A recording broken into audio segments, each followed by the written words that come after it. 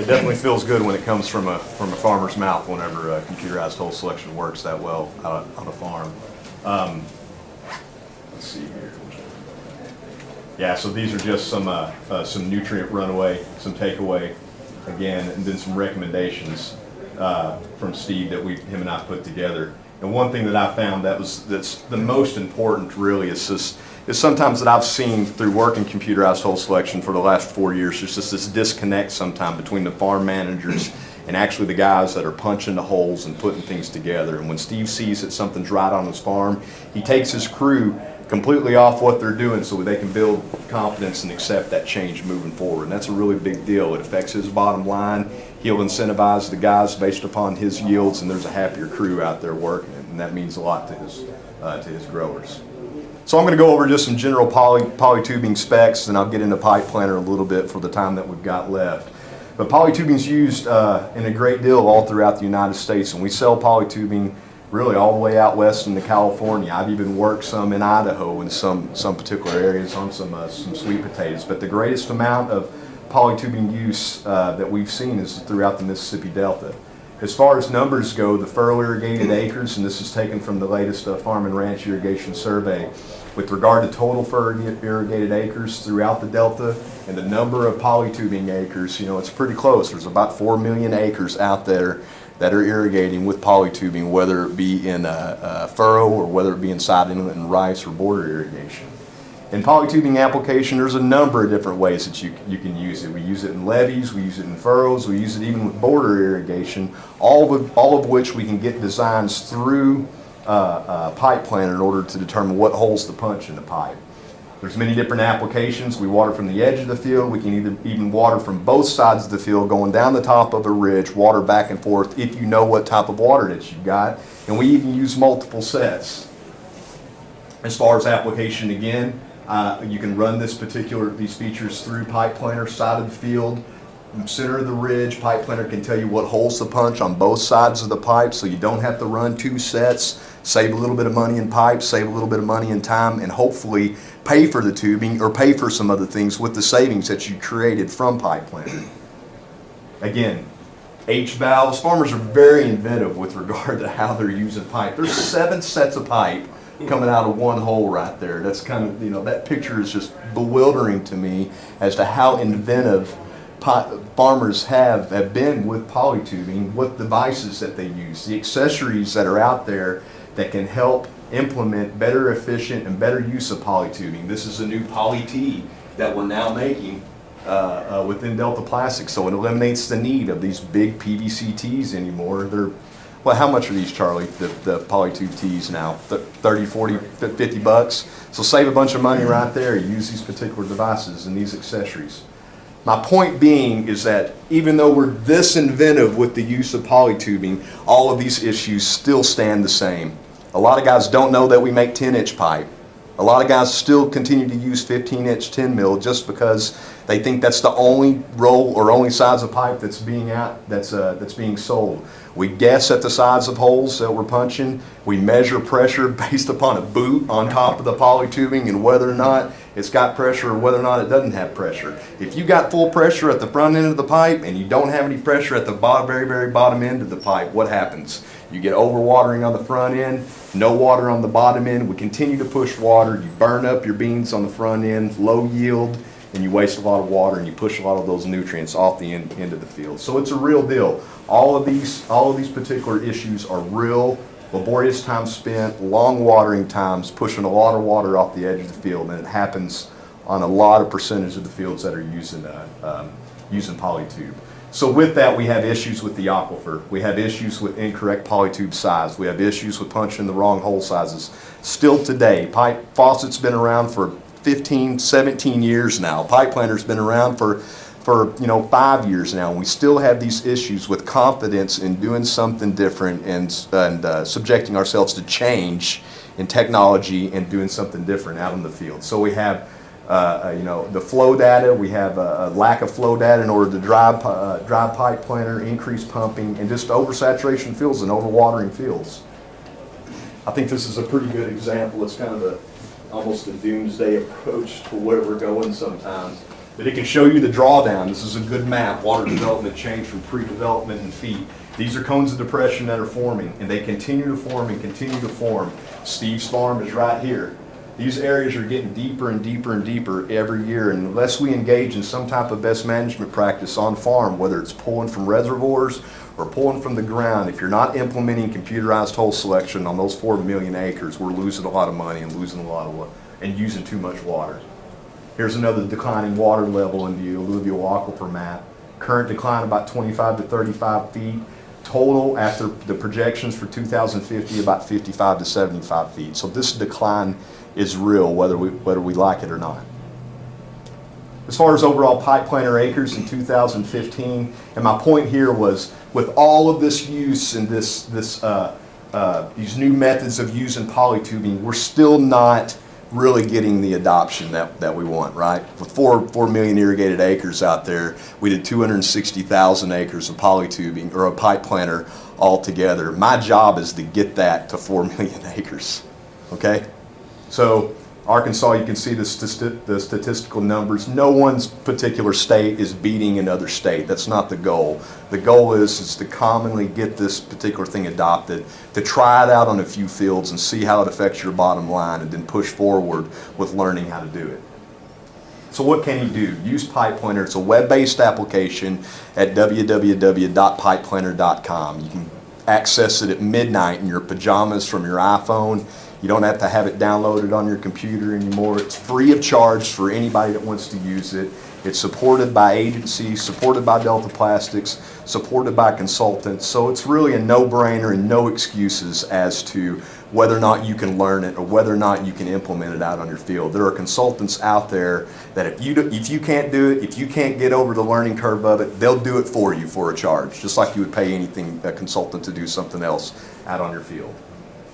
This is Charles McClintock. He's in Holly Bluff, Mississippi. Whenever I was super green and coming into Delta Plastics, I measured flow with just that flow stick, right? I got out and reduced his watering times from 48 to 32 hours on a 90-acre field, saved about 16 million gallons of water, and $2,800 of propane went back into his pocket. He quickly did what Steve did and put all of his farm on Pipe Planter. It only takes one field. So I charge you, if you're skeptic of it, just try it out on one particular field, give me a holler, I'll come and help you measure the data and teach you how to use Pipe Planter, or you can consult an extension agent in any of these particular states. As far as field data collection goes, you need 2 pieces of information. You need the flow of the well, and then you need the elevation with which that polytubing lays on. It's not the fall of the field or the fall of the rows. It's whether or not the maximum head pressure starts at the top of the polytubing, or if it ends at the end of the polytubing. And if it's going downhill, if it's going uphill, you need to know that information. The way you get flow is just with the flow meter, and it's the most accurate way. The only thing you need to know is that if that pipe is totally full of water, it's accurate. If it's got some air in it, then you may have to use a different size flow meter or adjust that a little bit so you can get a full tube of water coming out of the flow meter. As far as flow from different sources, don't expect this to be 1,800 gallons per minute here, here, and here if you got underground pipe and friction loss running.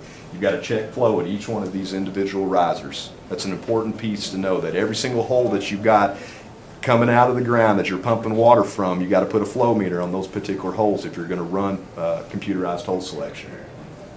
As far as as far as elevation along the polytubing pad, I took a globe off of a John Deere tractor, put it on the top of my truck, and I drove that ridge going right down the top of the field. All of that data now can be converted to what's called a CSV file. It's just an Excel file, and that file can then be dumped directly in the Pipe Planter. So you never had to go out there and take a laser level anymore and walk these fields. It can all be pulled off of the tractor. And many of you that use RTK or have had planning data from RTK data from your self-guidance systems, you probably already have this. The only thing left to do is to measure flow, and now you're ready to run Pipe Planter. Chris, let me take a minute. We just take a tractor and just write the numbers off the screen. There is a screen that shows that, and if it changes, we document where that change is. But you can do it with just the tractor without having to pull it and put it on anything else. So Steve would take a value here. He would probably take a value somewhere along here. He would definitely take a value there, right? And then for these point rows, he would take a value at the end. The yellows mean high, the reds mean low whenever it shows up in pipe planner. So it shows you from a symbolic standpoint of which ones are highs and lows. Again, elevation along the polytubing pad, not along the field row. If that's 10, and that's 10.8, and that's 8.8, guess what? There's going to be maximum head pressure along right here. There's no way of knowing what holes to punch in that field to water out every single rows without running that data through computerized hole selection. You'd be dead and gone before you could guess what holes to punch in that polytubing to water everything out effectively. Use a tractor, use a laser level. If you're savvy enough and you can pull what's called LiDAR data from the web, what it is it's high resolution digital photography that whatever agency is scanning and taking pictures of the earth. And if it's available for your particular county, you can use that and dump it into pipe planner. This is a field in Augusta, Arkansas. I went out and this guy was watering these soybeans via levees. I simply counted how many levees that he had across the top of the field and then knew that he was on a 2/10 fall per levee, and I could calculate the fall along that polytubing slope. I got him into 4 different sets. So here's a set of pipe, here's a set of pipe, and then here's a dummy line feeding this. This is a well, a riser, and then another riser right here feeding off this. He would have never known what size holes to punch in this particular field if you wouldn't have run it through computerized hole selection. And here's the different hole sizes there.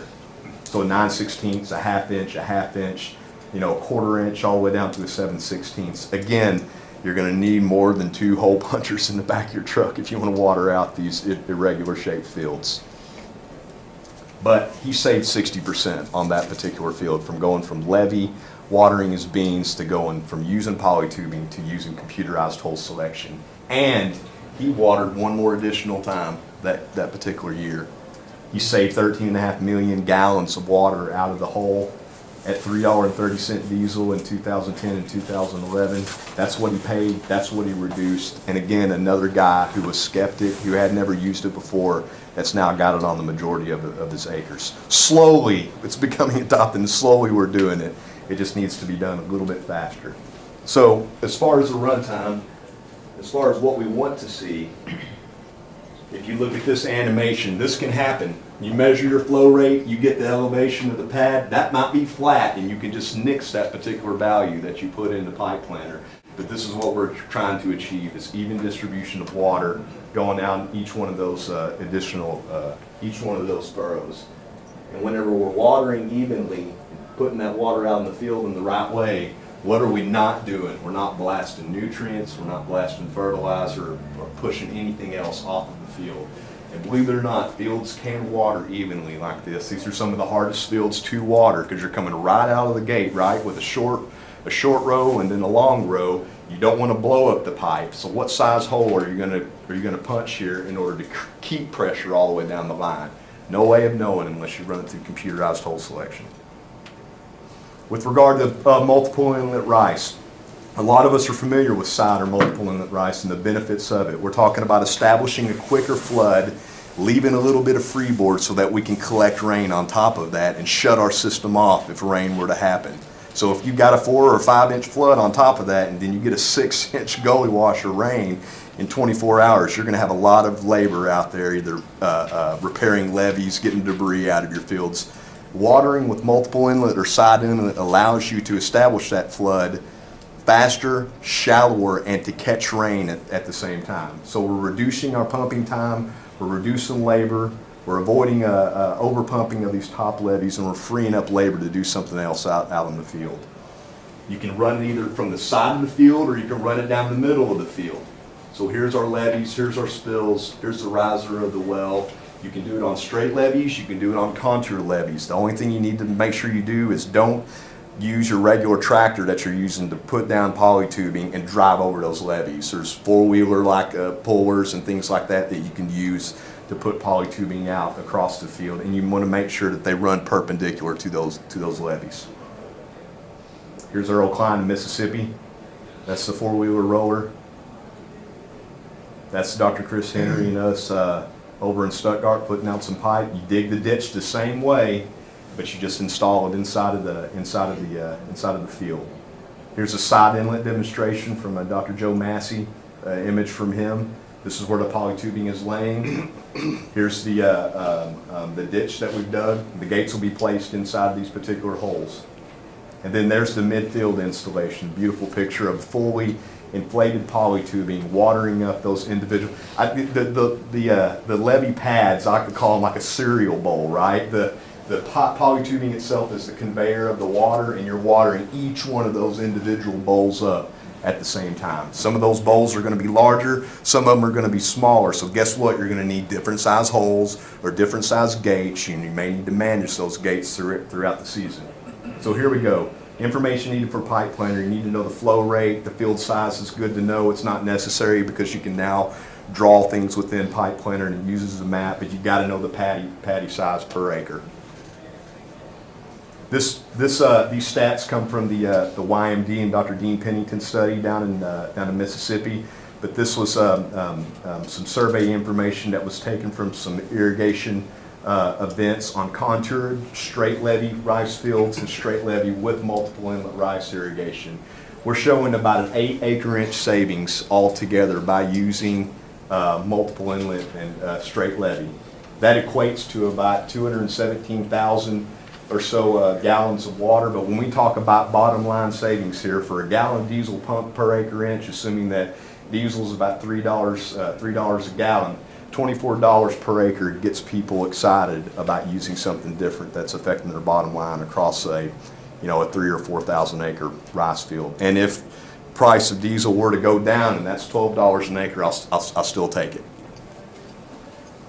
So why don't farmers use more of it? This is a survey that we took in-house that we delivered out to rice farmers. Not cost effective. It's too complicated to install. My pipe's busting. It's floating out in the field. It's a hassle to maintain. It didn't manage the flood very well. What I take away from that is that we still don't know exactly how to use it or to manage it long run out in the field. I think a lot of you would agree that the management part of irrigating rice with polytubing and furrow irrigation from that manner, a lot of that is based upon what you do after you install it, how you manage those gates, what happens when you collect the rain, if those gates in the pipe need to be opened or closed a little bit more. So, my takeaway on it was just due to installation management complications that led to busted pipe and to kind of a misleading approach to whether or not it works.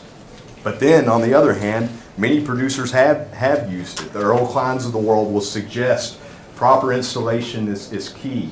Install it at the particular time whenever you're flushing the rice. You can use it for that. Use pipe planter. Know your flow rate. Take proper precautions whenever it's to keep it from rolling or floating. I talked to Mike Sullivan last night, and he told me something new about using a wedge buster to dig a little bit better trench so that the dirt comes around the edges of the pipe a little bit better than using a normal trencher, so that pipe stays in one particular place so it doesn't tend to float. With regard to versions of pipe planter, we're coming out with a new version this year. And you'll see that this pipe planter 3.0, you can literally draw the pipe, you can upload your levees, you can draw your levees in. You simply draw the pipe across the field. It measures the area on each side of these for this multiple inlet, and what it spits out is 1 gate, 2 gates, 1.5 gates, a half a gate, 4 gates, 1 gate, 1 gate, 1 gate. What else do you need to know besides managing those features at the end of during the season? So what we can save. These are rice irrigated acres throughout the United States. Obviously, the majority of it is right here in Arkansas. But we did crunch some numbers, and with the amount of rice irrigation that's out there, if we had all of that on some type of computerized hole selection and multiple inlet, 627 billion gallons of water wouldn't be pumped out of the aquifer. It's pretty amazing. So the benefits of pipe planter: eliminate the guesswork, build confidence, marry that disconnect sometimes between the manager and the end user, build a better management plan, reduce man hours, keep the money on the field, and just build better confidence in pipe planter and polytubing user as an irrigator. I just want to say thanks to Steve for helping out a lot with this. I think it goes a long way when you have a producer talking about how important that is. On the front of the Pipe Planner web page, there's a video that I put together with Dr. Joe Massey and Dr. Chris Henry and some others. If you click Pipe Planner, all you need to know, it goes directly out to a YouTube video. You can sit at home in your pajamas with 2 screens and learn how to run Pipe Planner all on your own. So we're doing everything that we can to continue to educate everybody about computerized hole selection, whether it be in furrow or side inlet. Questions, comments? On your elevations, how often do you have to put them in? Well, if nothing changes and it stays the same year after year after year, it's just one time. And that goes for every Every plant. 100 feet, every 300 feet? Yeah, I usually go about every, if I'm collecting with the tractor, you can set it for different increments, but usually the thing is just at the front of the well and at the very, very end of the line, and it'll be good enough. Some of it's more precise than others. It's just about how fast you can get the data. And if it's coming off the tractor, it might be every foot. But in the past, whenever I was using faucet, I would just go to the front of the well and then go to the very, very end and find out that I've got 1.5 feet of fall. So it's just a gradual fall or a gradual climb. Good question. But if I had a change in slope, I need to capture that change in slope. Absolutely, right. You want to know if you got to use a little bit of transfer pipe to get uphill right before you get back down. Hey, Ryan. On 3.0, the levy import, that's still going to be CSV import? Right. Okay. Yep. And another question I had was on side inlet rice, has customers noticed any reduction in cold water issues? Absolutely. Using side Absolutely. inlet? Okay. Absolutely. Just establishes that flood faster. That's one of the big benefits is it reduces the cold water rise and it allows you to leave a little bit of freeboard so you can catch rainwater.